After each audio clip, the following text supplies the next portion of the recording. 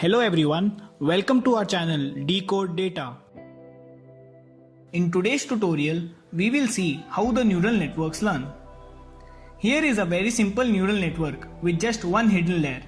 It is also called a perceptron. We will refer to the output variable as y cap, which is the predicted value by the neural network, and y is the actual value. So let's see how the perceptron learns. Let's assume some input values have been supplied to the perceptron, an activation function is applied, and some output is obtained. We duly plot the predicted value y cap in the graph, then we plot the actual value y.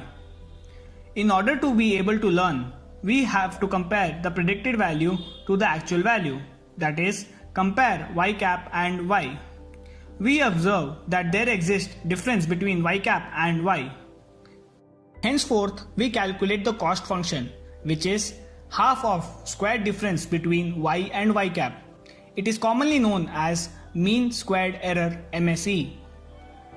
There are many more cost functions that could have been used, but this is the most common one. We will discuss more about why this is the most widely used cost function in the successive tutorials. In short, the cost function explains how much error exists in the predicted value as compared to the actual value. Our goal is to minimize the cost function because lower the cost function means that our predict value is closer to the actual value. So here is our cost function. Once we have compared, we'll feed this info back to the neural networks and update the weights. Basically, the only controls we have in neural network working is the weights.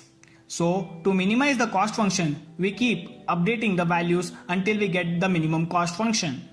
Let's take an example where we are trying to predict the percentage of the student in the exam. For now, we'll consider one row of the dataset. The independent variables are how many hours did the student study, how many hours did he sleep, and what were his marks in the quiz. These values are fed into the neural network and the percentage in the exam is predicted.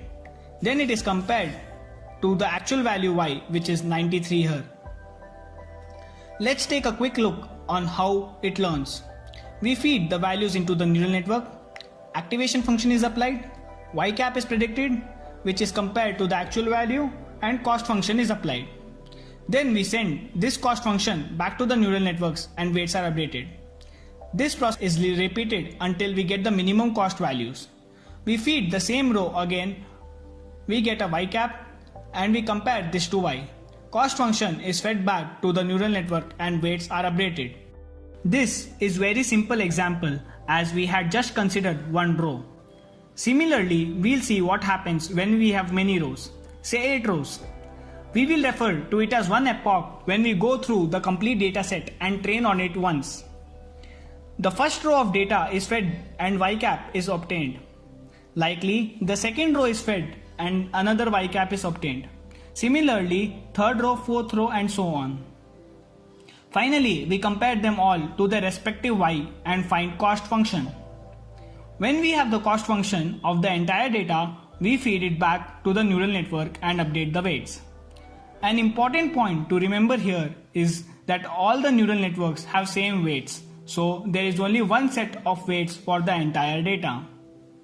That's why the cost function is sum of square difference of the entire data. Like we saw in the previous example, we updated the weights repeatedly. Same thing is done if there are either 8 rows or 800 rows or 8000 rows or even 8 million rows. The main goal here is to minimize the cost function. When we get the minimum cost function, that is your final neural network. That means your weights have been optimized. You have found the optimum value of the weights, and hereby you are ready to go to the testing phase or application phase.